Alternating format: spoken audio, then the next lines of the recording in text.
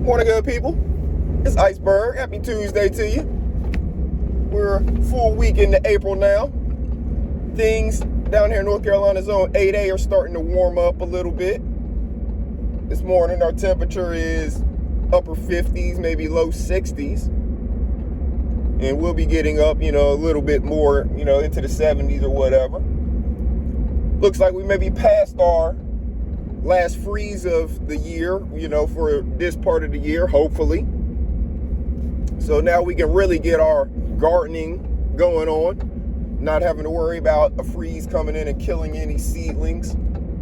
Because if you are getting into your garden, your seedlings, that's when they're very young and they can't handle any kind of freeze. They're not very durable. They can't even handle heavy watering sometimes. It may knock them down because they're very, fragile. So hopefully we're past these freezes, and that way you can get your garden going. No excuses. No excuses about it being too cold. No excuses about it's going to kill your plants. Nope. Now you can just plant the seed in the soil, give it some water, properly watering it, get you some good germination going on, and watch the process happen. It's a wonderful process to watch. Get your kids involved if you have them. Get your family involved. You all be growing food for yourselves. Cut down on your grocery bill and know where your food is coming from. Know that it's healthy. Know that it's grown properly, not injected with anything crazy to make it look the way they want it to look. None of that stuff happening with it. It's all just naturally grown. It comes out looking the way it does. Sometimes your tomatoes may not be perfectly round. Your cucumbers may not be perfectly symmetrical. But it doesn't mean it's a bad piece of fruit. You'll see that. You'll learn that as you're growing. All of your fruit and vegetables won't be the exact same color on the same vine. Some of them will be different colors. Some of them will grow different shapes. All the same species are growing off of the same vine or, stalk or tree even. But that's all stuff you learn through experience and through going through the wonderful process of growing your own garden. Watching nature blossom and do its own thing in a lot of cases, because after you get them to a certain point, if you're growing your garden outdoors, you may not have to do a whole lot for nature to take its course.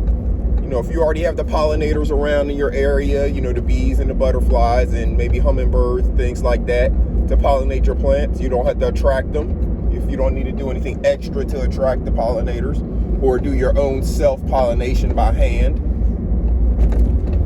If you get good and even water, from rain, you may not have to water your garden as much. You may just have to go out there, pull some weeds here and there, check for pests and diseases, and really collect your harvest.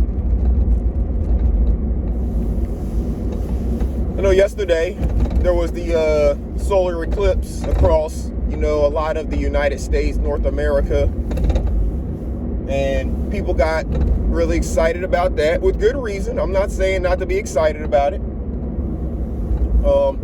But it led to a conversation between my wife and I. We were watching some of the stuff about it, and we didn't get total, what is it called? We didn't get totality here as far as, total darkness where we live. But, it did get the kind of overcast look or, whatever that look is that it gets in the middle of the day with no clouds in the sky, but it still looks like it's about to storm. So we got that look. And one thing we were talking about in the conversation is how, amazing of a phenomenon it is to have a total eclipse like that, because of the solar system we live in and how the different planets and the moon and the sun and all of that stuff, the orbits around each other, the planets orbiting around the sun, the moon's orbiting around the planets, and how things have to line up just perfectly for these eclipses to happen. So it's a natural phenomenon, but it's still an amazing phenomenon. It's nothing that we are doing to make it happen. It just happens over time because things happen to get into, they're going in a certain sync, and they get right in line for that brief period of time. So again, while it's an amazing phenomenon, it's a natural phenomenon. And there's a whole lot of other amazing natural phenomenons that we experience in this universe which we live. Because that eclipse, that wasn't an on-Earth thing, so to speak. I mean, yeah, we're seeing it from Earth, but it involved the sun, the moon, and the Earth for us to see it that way. You know, it really was involving the sun and the moon, and we're just visualizing it from Earth. But there's a lot of other natural phenomenons or things, let's say, that we experience in this world and on Earth mainly that bring us all together, so to speak. We are all paying attention to that thing. So for America yesterday, most of America, because they say, I think like 99% of America was going to have some form of eclipse yesterday. So most of America was paying attention to the eclipse yesterday. And it brought people together, and they weren't talking about all of the crazy politics, like looking at some of the media organizations and stuff. They weren't talking about all the crazy political stuff. They weren't yelling at each other. They weren't talking about the wars. Only thing they were really talking about was the eclipse, and something that was basically it was everybody talking about the same thing. Everybody coming together, everybody on the same page. This is our focus. This is the moment of our focus. But as soon as it was over, then people go right back to their sides. And the question is, why do we have to go back to sides, so to speak? Why does it have to go back to a fight about things? The moment that the amazing natural world thing happens, you know, as soon as that's over, everybody goes right back to their sides, and it's back to a battle and a war. Why does it have to be that way? Why can't we stay together on some things? Why can't we realize that a lot of these natural things have a bigger purpose, and that our little squabble maybe that may not be that big of a thing in the grand scheme of the world? Look how big the world is. Look how a certain thing can bring not the entire world together, but definitely the entire United States. You know, the people of America bring the people together. People weren't worried about Mexico being a different country whenever they were looking at it in Mexico. You know what I'm saying? All of these different things bring us together, but then we go right back to our sides. It shouldn't be that way. I don't think it has to be that way. I think we, if we wanted to, could change our mentality so everything isn't so having to be one-sided or the other, and recognizing that there's a lot of gray area all throughout all of this life that we live. Everything is not just black and white. So choosing one side and fighting like hell over one side against the person who thinks a little bit differently, when the real answer is probably somewhere in the middle, where we can both get along and get some form of compromise and understanding, and not maybe get everything we want, but get some of the things we want, and the other side gets some of the things they want as well, and we both come out of it better off than we were. Maybe not happy, but better off than we were, let's say. Because, again, as we know, even from childhood, you're not going to get everything you want. We're never going to get everything we want. It's just, that's not the way life works. So, knowing that and carrying that into adulthood, knowing that you're not going to get everything you want, should let us know that sometimes we're going to need to compromise to get some of the things we want. And it's better to get some of the things we want than nothing getting accomplished at all, which is seemingly what's happening right now. If we look at things like our politics here in America, you know, like I said, everything is one side or the other, no compromise. Nothing can be in the middle, and therefore nothing is getting done. This has been the least effective Congress in the history of the United States. That's what some of them, I believe, want. I believe there's some of the people in Congress on the House side that basically don't want the federal government to do anything.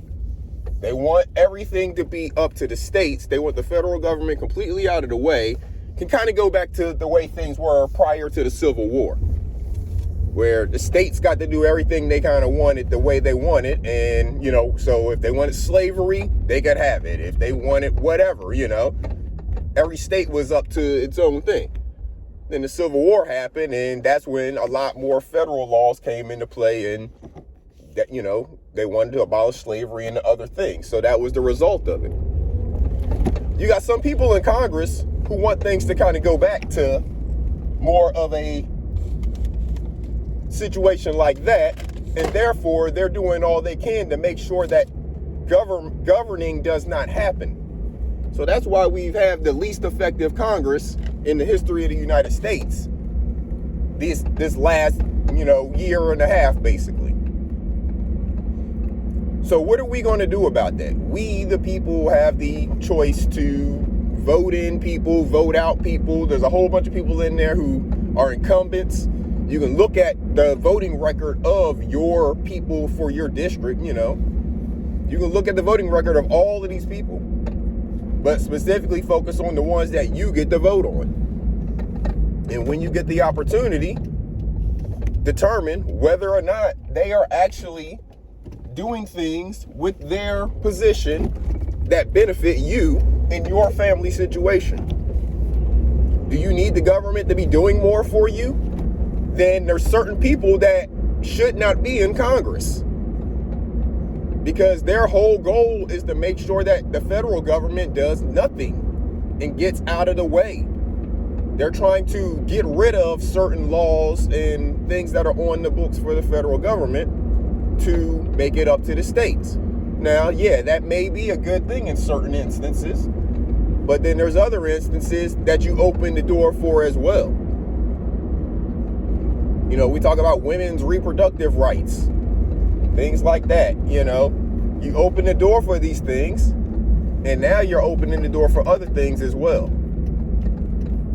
So let's understand that these natural phenomenons of our universe, like the eclipse and so many other things, are so much bigger than us. And us sitting here letting people distract us with these nonsense things, or try to hoard control over you with these nonsense things, it's something that is up to us to change. It's not going to change unless we take the necessary actions when it comes to our vote, when it comes to our voice, when it comes to what we demand of the people that we put into the positions. Because they work for you. They collect a salary. You are their constituents. And they're not doing the work that you need them to do for the benefit of you and your family. And they'll allow you to come together for this one event, this eclipse, but then today they'll be right back to distracting you with their political nonsense. So be aware of it, people. Don't let them fool you. Don't let them lull you back into the nonsense. Hold them accountable. Hold them accountable for their words. Hold them accountable for their actions. And most importantly, hold them accountable for their voting record. It's time for us to make a change, people. And we are the ones responsible for it. If we send those same people back into Congress, the representatives and the senators, if we send those same people back into Congress, then we can't expect nothing but the same results. The reason I'm not talking about the president is because people like to get too crazy talking about the president and who a person's going to vote for and all of that stuff. So I'll let y'all decide that on your own without any input from me. But when it comes to these representatives, these senators, your local politicians, these are the people who are making the real difference in your community, or not making a difference in your community if they're not doing things properly. So those are the ones we need to hold accountable. Those are the ones we need to investigate their voting records. And you really need to be investigating these people before you send them in there. So before you allow somebody like a George Santos to even get into office, you need to be investigating who you're giving your vote to. So with that, I'm going to get up out of here. You all make sure y'all have a wonderful Tuesday. Make sure you get something planted for your family. Plant yourself a garden, good people. You all have the space to do it, even if it's just a little planter on a windowsill. Plant you something. Start your growing journey today. Till next time, this is Iceberg. Salute.